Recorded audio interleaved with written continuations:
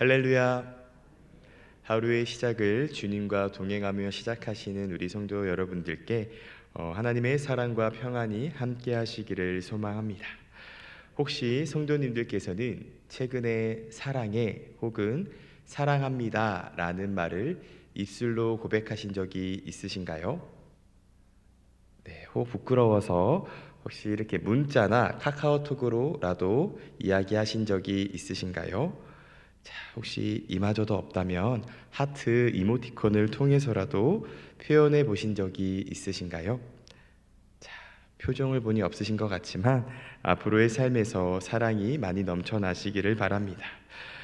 그런데요, 만약 이 사랑이 잘못된 사랑이라면 그 결과는 어떻게 될까요? 물론 잘못된 사랑에 대한 정의와 생각은 저마다 다르겠지만 잘못된 사랑의 결과는 불보듯 뻔할 것입니다. 당장에는 좋을 수 있지만 그 끝은 좋지 않을 것입니다. 저는 오늘 열왕기상 11장에 나온 솔로몬의 행동, 즉 행실을 살펴보며 오늘날 우리들에게 주시는 하나님의 메시지를 함께 나누려고 합니다. 첫 번째, 솔로몬은 하나님의 말씀에 순종하지 않았습니다. 우리 열왕기상 11장 2절 말씀을 다시 한번 읽도록 하겠습니다. 시작. 여호와께서 일찍이 이 여러 백성에 대하여 이스라엘 자손에게 말씀하시기를 너희는 그들과 서로 통혼하지 말며 그들도 너희와 서로 통혼하게 하지 말라. 그들이 반드시 너희의 마음을 돌려 그들의 신들을 따르게 하리라 하셨으나 솔로몬이 그들을 사랑하였더라.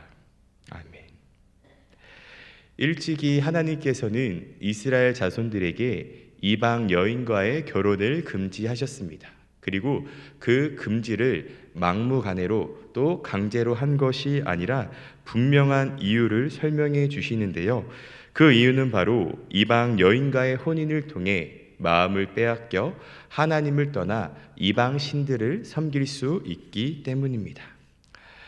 물론 그 당시의 왕은 이방 여인과의 결혼을 통해서 자신의 왕권을 강화할 수 있었고 혹은 외교적인 부분에 힘을 실을 수 있었습니다.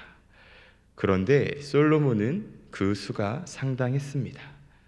몇 명이나 되었죠? 네, 본문 말씀 3절에 기록되어 있듯 1000명의 아내를 줍니다. 저는 한 분의 아내도 없는데 말이죠. 자, 또 이 말은 어떤 의미인지 아십니까? 이방 여인과 통혼하지 말라는 그 하나님의 말씀을 1000번이나 순종하지 않았다는 것입니다. 심지어 이뿐인가요?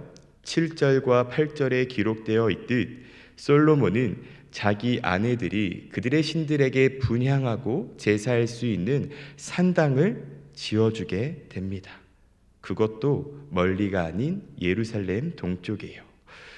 그 결과 하나님께서는 솔로몬에게 진노하시고 그에게서 떠나십니다.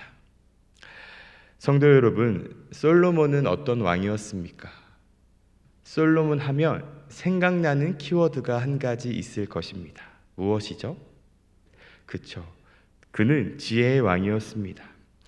솔로몬의 지혜가 얼마나 뛰어난지 하나님께서는 그에게 지혜를 주시며 너의 이전에도 그리고 너의 이후에도 너와 같이 지혜로운 자가 없을 것이다 라고 말씀하십니다. 심지어는 이방의 많은 사람들이 솔로몬의 지혜의 소문을 듣고 찾아와 그를 시험하기도 합니다. 오늘 본문 말씀 이전에 열왕기상 10장에는 스바의 여왕이 솔로몬에게 찾아와 그 지혜를 시험하는 장면 또한 나옵니다. 또 솔로몬은 지혜뿐만 아니라 부와 명예와 권력까지도 다 얻었던 사람입니다. 저는 또 솔로몬을 겸손의 왕이라고 생각합니다. 솔로몬이 1000번제를 드린 후 꿈에 나타난 하나님께 지혜를 구한 이유는 무엇이었나요? 열왕기상 3장 7절부터 9절에 기록되어 있듯 그는 자신을 작은 아이라고 표현하며 자신을 낮춥니다. 그리고 하나님께서 자신에게 맡겨주신 이 백성을 재판하며 선악을 분별할 수 있는 듣는 마음을 달라고 합니다. 사랑하는 성도 여러분, 우리가 한번 상상해 봅시다. 우리가 지난밤, 아니 오늘 밤 잠을 자는데 꿈에 하나님께서 우리들에게 나타나셔서 가령 진성아, 내가 내게 무엇을 줄까? 한 가지만 구해봐라 라고 한다면 우리 성도님들은 어떠한 것을 구하시겠습니까? 3초 정도 드리도록 하겠습니다. 혹시 어떠한 것을 구하셨나요? 아마 대부분은 나에게 직접적인 이득이 되는 것을 구했을 것입니다. 하지만 솔로몬은 달랐습니다.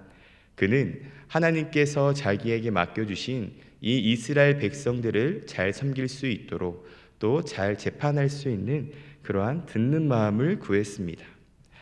이처럼 솔로몬은 지혜의 왕이자 겸손의 왕이었습니다. 하지만 아무리 그의 지혜가 뛰어나도 또 돈과 권력과 명예가 있어도 하나님의 말씀에 순종하지 않자 결국 그는 패망의 길을 걷게 되고 맙니다. 그래서 하나님께서 대적을 일으키셔서 솔로몬을 치게 됩니다. 그렇다면 솔로몬이 하나님의 말씀에 순종하지 못했던 이유는 무엇일까요? 그것은 바로 하나님보다 이방 여인을 더 사랑했기 때문입니다. 그래서 그는 하나님의 말씀에 1000번이나 순종하지 못했고 9절 말씀에 기록되어 있듯 하나님께서 솔로몬에게 일찍이 2번이나 경고하셨음에도 불구하고 그의 마음은 하나님이 아닌 이방 여인에게로 향하게 됩니다. 보배로운 성도 여러분, 혹 하나님보다 내가 더 사랑하는 것이 있으신가요? 혹은 하나님보다 내가 더 사랑하는 대상이 있으신가요? 제가 예전에도 말씀을 통해서 나누었듯 하나님보다 내가 더 사랑하는 것이 있다면 그것은 우상 숭배입니다. 이방신에게 절하는 것뿐만 아니라 하나님보다 더 우선시하여 하나님의 말씀을 잊어버리게 하는 것이 있다면 그것은 우상 숭배의 삶을 살아가는 것입니다. 나의 우상 숭배의 대상이 어떠한 물질 혹은 권력, 명예와 부가 될 수도 있지만 나와 가까운 사람이 될 수도 있습니다. 나의 부모님, 나의 배우자, 심지어는 나의 자녀가 나의 우상이 될 수도 있습니다. 우리가 매일을 살아가며 하나님보다 내가 더 사랑하는 것이 없었는지 한번 점검해 보시기 바랍니다. 두 번째, 솔로몬은 하나님께 회개하지 않았습니다. 방금 나누었던 것처럼 하나님께서는 솔로몬의 잘못된 행동을 여러 차례 경고하셨습니다. 하지만 솔로몬은 자신의 잘못을 돌이키지 않았습니다. 혹시 누구와 비교되나요? 바로 그의 아버지 다윗과 비교가 됩니다. 다윗이 우리아의 아내 밧세바를 범한 사건은 우리들이 너무나 잘 알고 있는 사건입니다. 다윗은 밧세바가 임신했다는 소식을 듣자 자신의 죄를 감추기 위해 전쟁터에 있던 우리아를 부르게 됩니다. 그리고 집으로 가서 쉬라고 하며 사람의 방법으로 그의 문제를 해결하려고 합니다. 하지만 우리아가 다윗의 뜻대로 행동하지 않자 다윗은 가장 극렬한 전쟁에 우리아를 선봉으로 세워 그를 죽게 합니다. 저는 말씀을 준비하며 솔로몬보다는 다윗의 죄가 더 크지 않나라는 생각을 하게 되었습니다. 물론 죄의 크기와 또 정도를 판단할 수 없지만요. 하지만 이 둘의 차이점은 확실합니다. 다윗은 자신이 지은 죄를 회개했고 솔로몬은 회개하지 않았다는 것입니다. 다시 말해 다윗은 하나님의 말씀을 붙들었지만 솔로몬은 하나님의 말씀을 잊어버렸습니다. 혹 내가 하나님 앞에 지은 죄가 있다면 회개하시기 바랍니다. 제가 여기서 이야기하고 있는 죄란 세상 법정 기준의 죄를 이야기하는 것은 아닙니다. 물론 세상적인 죄도 지으시면 안 됩니다.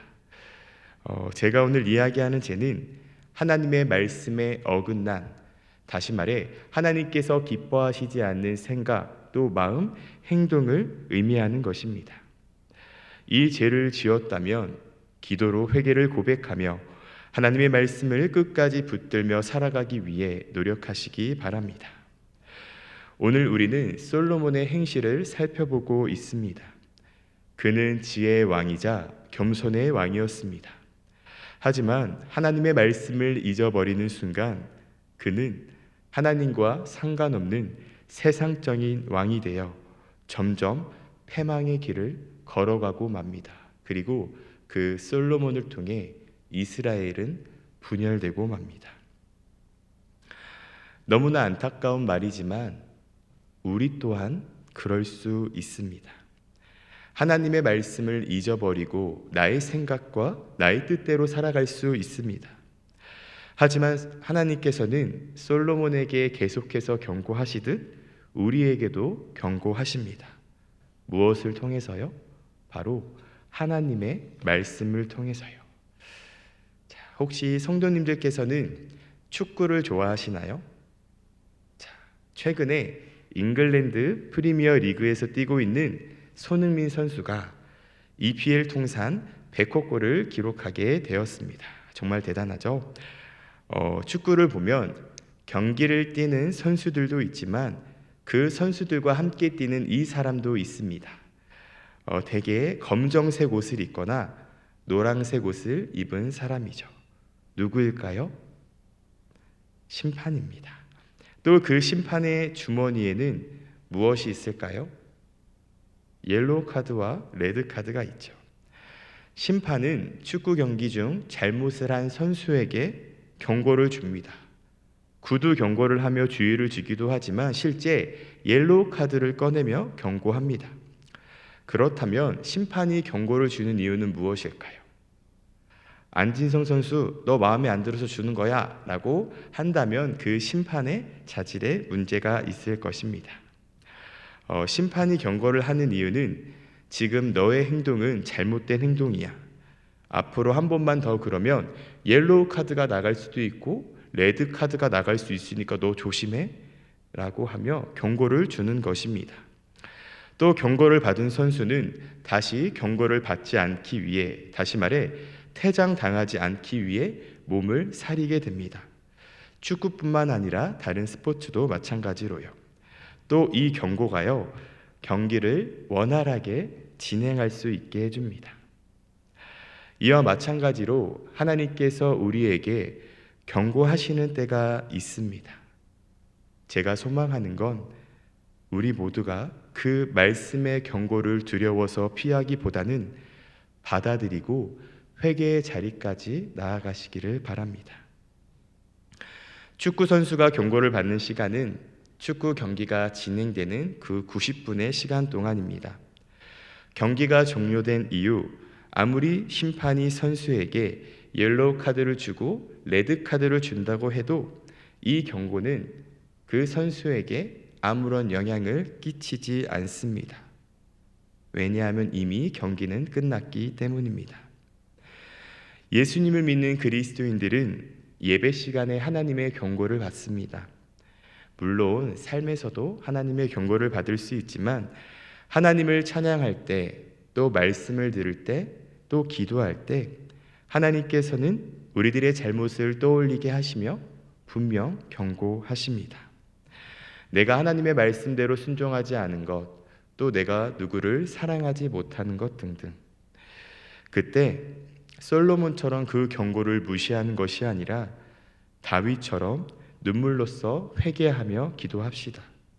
또 그 회개는 절대로 나의 힘으로 할 수 있지 않기에 나를 곁에서 도와주시는 그 보혜사 성령님을 의지하시기 바랍니다. 우리가 성령님을 의지하기 위해서는 앞에 현수막에 기록되어 있듯 성령 충만을 받아야 합니다. 제가 새벽 예배에 나오는 분들에게 꿀팁을 계속해서 드리고 있는데요. 또 오늘도 드리도록 하겠습니다. 자, 성령 충만을 받는 자리가 오늘 밤 8시 이 자리에 있습니다. 현장에서 혹은 여러 사정으로 인해 나오기 어려우신 성도님들께서는 가정에서 혹은 직장에서 혹은 사업장에서 함께 하시기를 소망합니다.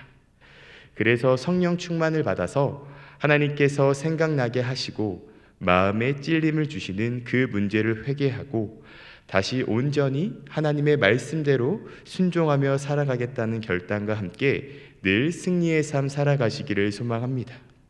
그래서 이 시대의 마지막 때에 하나님의 말씀의 순종자로 살아가 하나님께 귀한 쓰임받는 저와 모든 보배로운 교회 성도님들이 되시기를 간절히 소망합니다.